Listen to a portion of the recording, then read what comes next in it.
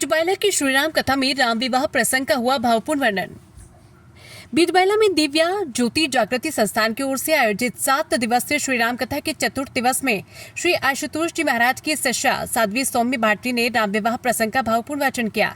उन्होंने कहा कि मानव जीवन राम और सीता के मिलन का एक दुर्लभ अवसर है। राम परमात्मा के भाव का प्रतीक है तथा सीता आत्मा का स्वरूप है, किंतु आज का मानव अपने वास्तविक लक्ष्य से अनभिज्ञ है। मननशील प्राणी होते हुए भी वो उस तत्व पर विचार नहीं करता जिसके चिंतन से जीवन का वास्तविक उद्देश्य प्राप्त हो सकता है। संसार का समस्त ज्ञान रखने वाला व्यक्ति भी इस आध्यात्मिक रहस्य से अपरिचित रहता है। इसी कारण मनुष्य अपने ही भीतर विराजमान परमात्मा को न जान पाने से अत्यंत दुखी और शांत है। उन्होंने कहा कि जब तक जीवन में पूर्ण गुरु का आगमन नहीं होता तब तक इस परम सत्य का बोध संभव नहीं। ये सृष्टि का अचल नियम है कि जिसे भी परमात्मा रूपी रहस्य का ज्ञान हुआ उसके जीवन में पहले पूर्ण गुरु का आगमन हुआ।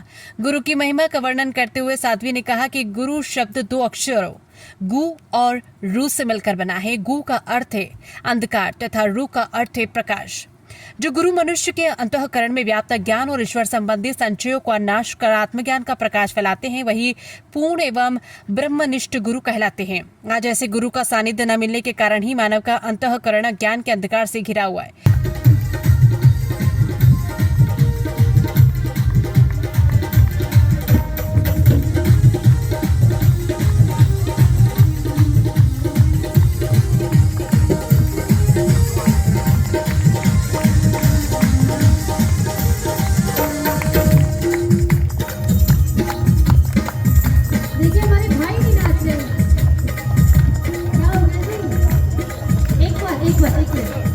जबरदस्ती तो नहीं कर रहे हैं? आपको लग रहा है कि थोड़ा कंपेल कर रहे हैं या जबरदस्ती कर रहे हैं? ऐसा तो नहीं जी? हाथ खड़े करके बताइए। जिनको लगता है वो बैठ सकते हैं, कोई ऐसी बात नहीं है।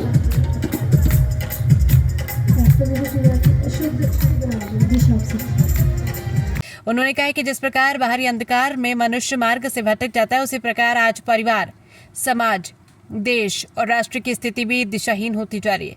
चारों ओर वैमनस्य, अशांति, हिंसा और संस्कारहीनता का वातावरण दिखाई दे रहा है। समाज में भाई भाई का शत्रु बन रहा है तथा पुत्र थोड़े से धन के लिए अपने पिता की हत्या तक करने से नहीं हिचकता। ऐसे हालातों को सुधारने का उपाय केवल ब्रह्मनिष्ठ गुरु का ज्ञान ही है। जिस प्रकार अनेक पापी और दुराचारी गुरु के ज्ञान से भक्तों की श्रेणी में स्थान प्राप्त कर सके, उसी प्रकार आज व्यक्ति और समाज को भी ऐसे गुरु की आवश्यकता है।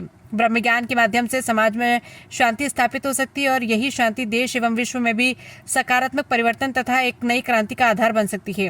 कथा के दौरान प्रस्तुत भजनों का श्रद्धालुओं ने भाव विभोर होकर आनंद लिया। कथा में गौ माता के प्रति हर इंसान को श्रद्धा व प्रेम रखने के लिए कहा और बताया कि गौ माता में 33 करोड़ देवी देवता निवास करते हैं। गौ माता की सेवा करने पर 33 देवी देवताओं की पूजा हो जाती है और गौ माता के दूध, मूत्र व गोबर में बहुत ही शारीरिक स्वास्थ्य लायक विटामिन पाए जाते हैं। इसलिए हर इंसान को देसी गौ माता के हर घर में रखनी चाहिए और उसकी सेवा माता के समान ही होना चाहिए। गौ माता की सेवा करने से पूरा घर मंदिर बना रहता है और उसमें निवास करने वाले अच्छे गुण उत्पन्न होते हैं। अंत में प्रभु की आरती के साथ कथा का समापन हुआ। आज आरती पूजन में मदन लाल माहिया, वकील सिंह राम, गोपाल राम नरेश, पंडित कालू कटारिया, विनोद कुमार सेतिया, भगवान दास बलंदी, दिलीप कुमार सोखल, अजय कुमार नर्सिंग ऑफिसर, भागीरथ देवीलाल मंडा, ममता मुंजाल, रेशमा बिलंदी, मधु शर्मा, संतोष शर्मा, शारदा सोनी उपस्थित हैं।